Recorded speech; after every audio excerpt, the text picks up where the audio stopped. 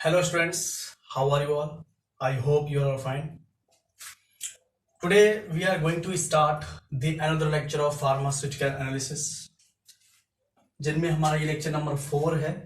इससे पहले हमने 3 लेक्चर्स ले लिए हैं। आज हम पढ़ेंगे छोटे छोटे 2 टॉपिक हैं। पहला है वॉल्यूमेट्रिक एनालिसिस, दूसरा है आपका प्राइमरी एंड सेकेंडरी स्टैंडर्ड।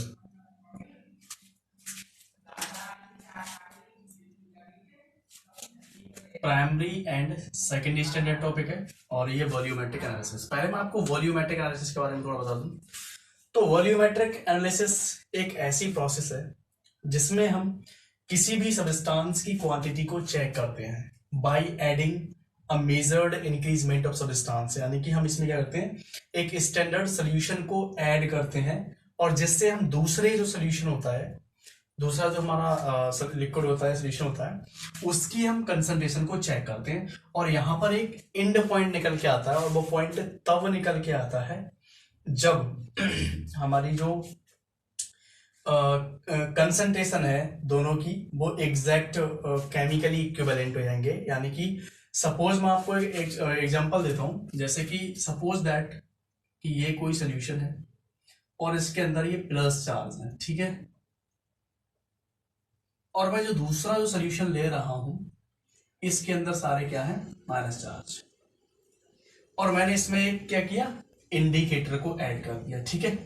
अब क्या होगा, जैसे जैसे मैं इस सोल्यूशन को ड्रॉप बाय इसमें ऐड करूंगा, एक माइनस एक प्लस को लेगा और अपना बना के चला जाएगा। एक माइनस एक प्लस को, एक माइनस एक प्लस को, एक माइनस एक प्लस को, एक माइनस एक प्लस को, एक माइनस एक प्लस को, एक माइनस एक प्लस को, मतलब एक कपल बना रहे हैं प्लस माइनस का, ठीक है।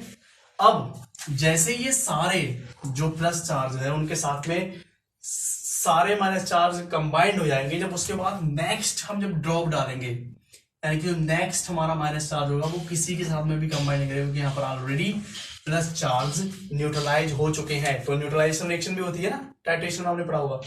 तो न्यूट्रलाइजेशन रिएक्शन में यही होता है, जैसे ये नेगेटिव चार्ज या वन मोर ड्रॉप इसमें ऐड होगी, कलर इंडिकेट हो जाएगा एक ड्रॉप पर ही। तो जो एंड पॉइंट होता है वो एग्जैक्ट नहीं होता है, वो एक ड्रॉप ज्यादा होती है, क्योंकि जो एक ड्रॉप हमने ऐड की ना वो उतनी ही ज्यादा हो गई। उससे पहले जो था वो हमारा क्या होगा, एग्जैक्ट होगा। वो वन ड्रॉप क्या होगी, एक्स्ट्रा होगी। आपने 12th क्लास में टाइट्रेशन पढ़ा होगा। टाइट्रेशन में मेनली हमारे 2 चीजें होती हैं, एक तो टाइट्रेंट होता है, एक टाइट्रेट होता है। टाइट्रेट को हम स्मॉल अमाउंट में लेते हैं और ये वो सब्सटेंस होता है, वो सोल्यूशन होता है, इसकी कंसंट्रेशन हमें क्या है, फाइंड आउट करनी है by the chemical equivalent, right, chemical equivalency. और जो टाइट्रेंट होता है इसको हम ब्यूरेट के अंदर फिल करते हैं, जो ज्यादा अमाउंट में होता है, एंड इसके साथ में एक इंडिकेटर भी होता है। और इसको हम यूज करते हैं जो हमारा टाइट्रेट है इसकी कंसंट्रेशन को और चेकआउट करने के लिए, ठीक है। ये हमारा हो गया वॉल्यूमेट्रिक एनालिसिस प्रोसेस, ठीक है। इसमें टाइट्रेशन हम करते हैं, आपको प्रैक्टिकल भी कराया जाएगा इसका, टाइट्रेशन का। दूसरा हमारा इसमें टॉपिक है प्राइमरी एंड सेकेंडरी स्टैंडर्ड। देखिए ये जो वॉल्यूमेट्रिक एनालिसिस है, पूरी एनालिसिस इसी के बेस पर, टाइट्रेशन मेथड के बेस पर। बाकी जब आप 7th सेमेस्टर में पढ़ेंगे इंस्ट्रूमेंटल मेथड ऑफ एनालिसिस, वहां पर आपकी टाइट्रेशन नहीं मिलेगी, वहां पर आपको फिजिक्स टाइप, वहां पर आपको लेंस मिलेंगे, लाइट सोर्स मिलेंगे, और वहां पर हम रेज को यूज करेंगे, लाइट को यूज करेंगे कंसंट्रेशन को चेकआउट करने के लिए। बट यहां पर हम क्या कर रहे हैं, किसी दूसरे लिक्विड सब्सटेंस या सॉल्वेंट को यूज कर रहे हैं दूसरे की कंसंट्रेशन को फाइंड आउट करने के लिए, ठीक है। ये डिफरेंस है आपका वॉल्यूमेट्रिक एनालिसिस में and instrumental method of analysis में। दूसरा हमारा इसी का जो टॉपिक है that is the primary and secondary standard.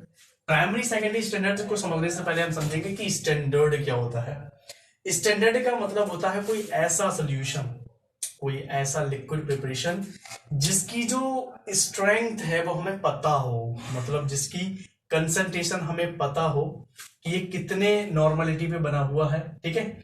जिसका जो वेट है वो बिल्कुल एक्यूरेट होता है और प्योर होते हैं एकदम से, जिनकी स्टेबिलिटी भी हाई होती है, राइट, और डिजॉल्व हो जाते हैं, डाइल्यूट होते हैं एग्जैक्ट नॉन वॉल्यूम पे और कंसंट्रेशन पर। तो वो हमारे क्या कहलाते हैं, स्टैंडर्ड सोल्यूशन।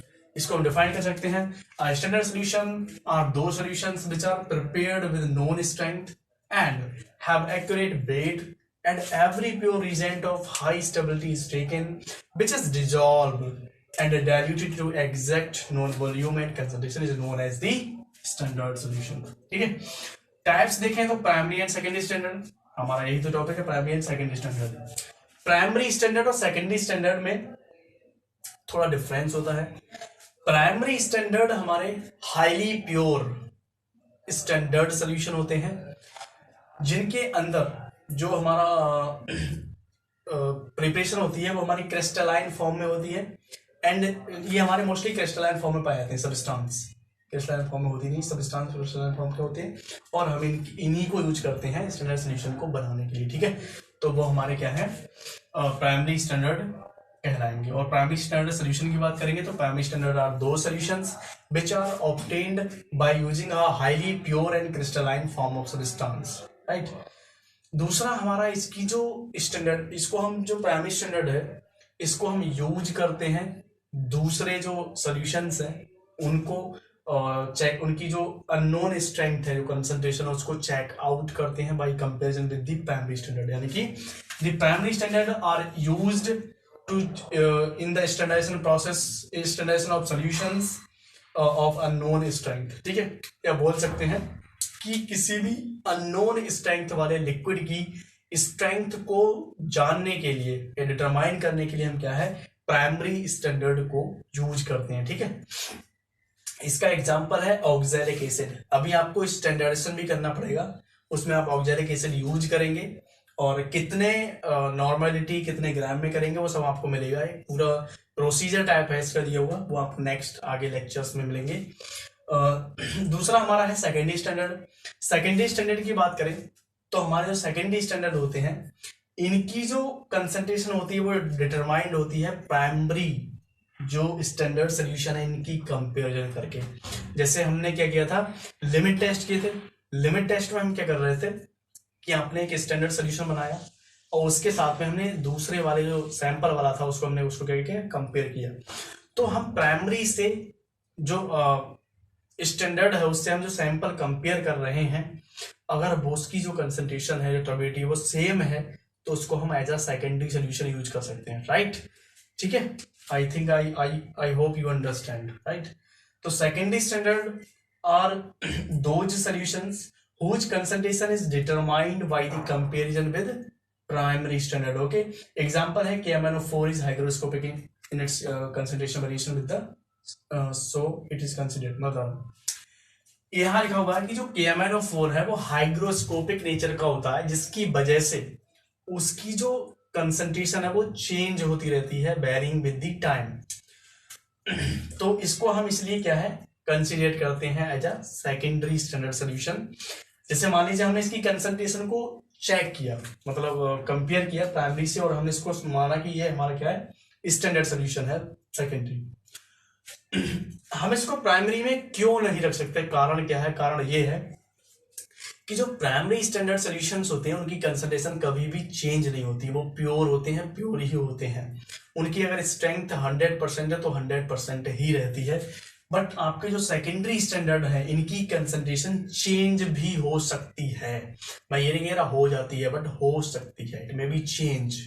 ओके, दूसरी हमारी कुछ प्रॉपर्टीज हैं प्राइमरी स्टैंडर्ड की, वो मैंने बाद में लिखी हैं इसलिए क्योंकि मैं प्राइमरी के ही बेसिस पर आपको सेकेंडरी की भी बताऊंगा। ठीक है, तो पहला है प्राइमरी स्टैंडर्ड की प्रॉपर्टीज। तो पहला है use simpler indicator to define, मतलब हम इसमें आसानी से एक इंडिकेटर यूज करते हैं और डिटरमाइन करते हैं कंसंट्रेशन को। ठीक है, दूसरा है कि इनके अंदर वाटर ऑफ हाइड्रेशन यानी कि हाइग्रोस्कोपिसिटी वाली जो प्रॉपर्टीज है वो नहीं होती है, मतलब ये मॉइस्चर को ऑब्टेन नहीं करते हैं।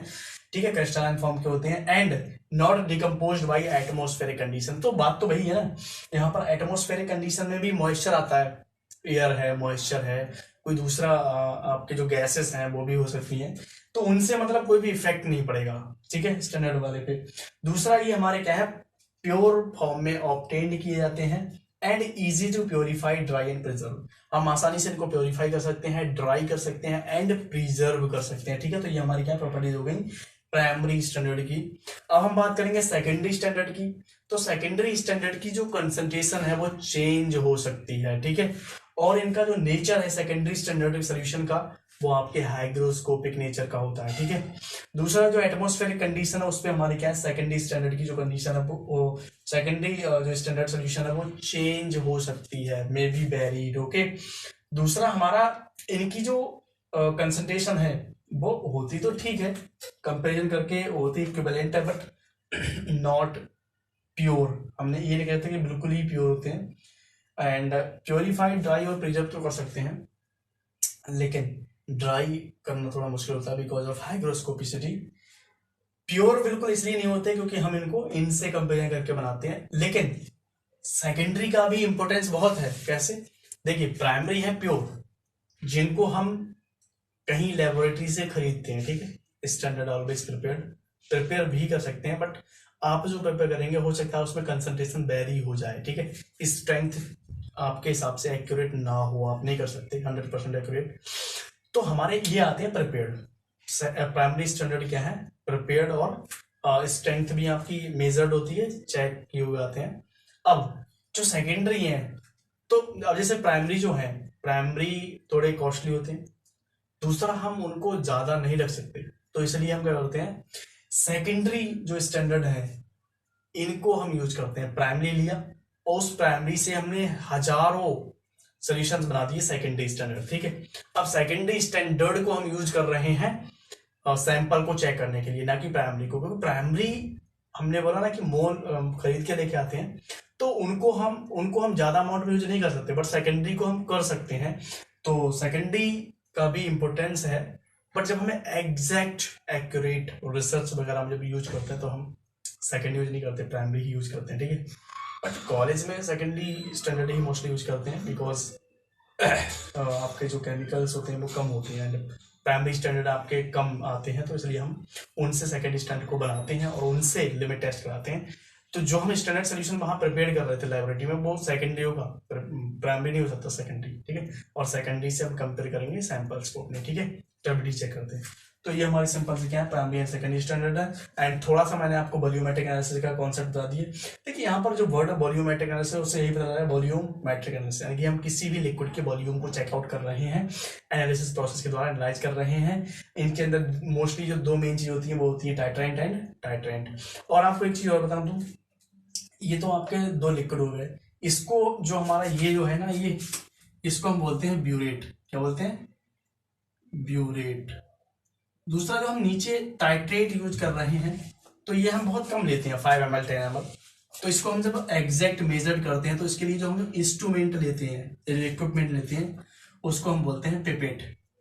और पिपेट आते हैं 10 ml 5 ml, ठीक है, 20 ml 50 ml मेजरेबल होते हैं। तो हम जो नीचे जो लिक्विड ले रहे हैं वो ऑलवेज पिपेट से मेजर यूज करते हैं। तो आपको ये चार मोस्टली कॉमन चीजें मिलेंगी, एक तो टाइट्रेट, पिपेट एंड ब्यूरेट, ठीक है।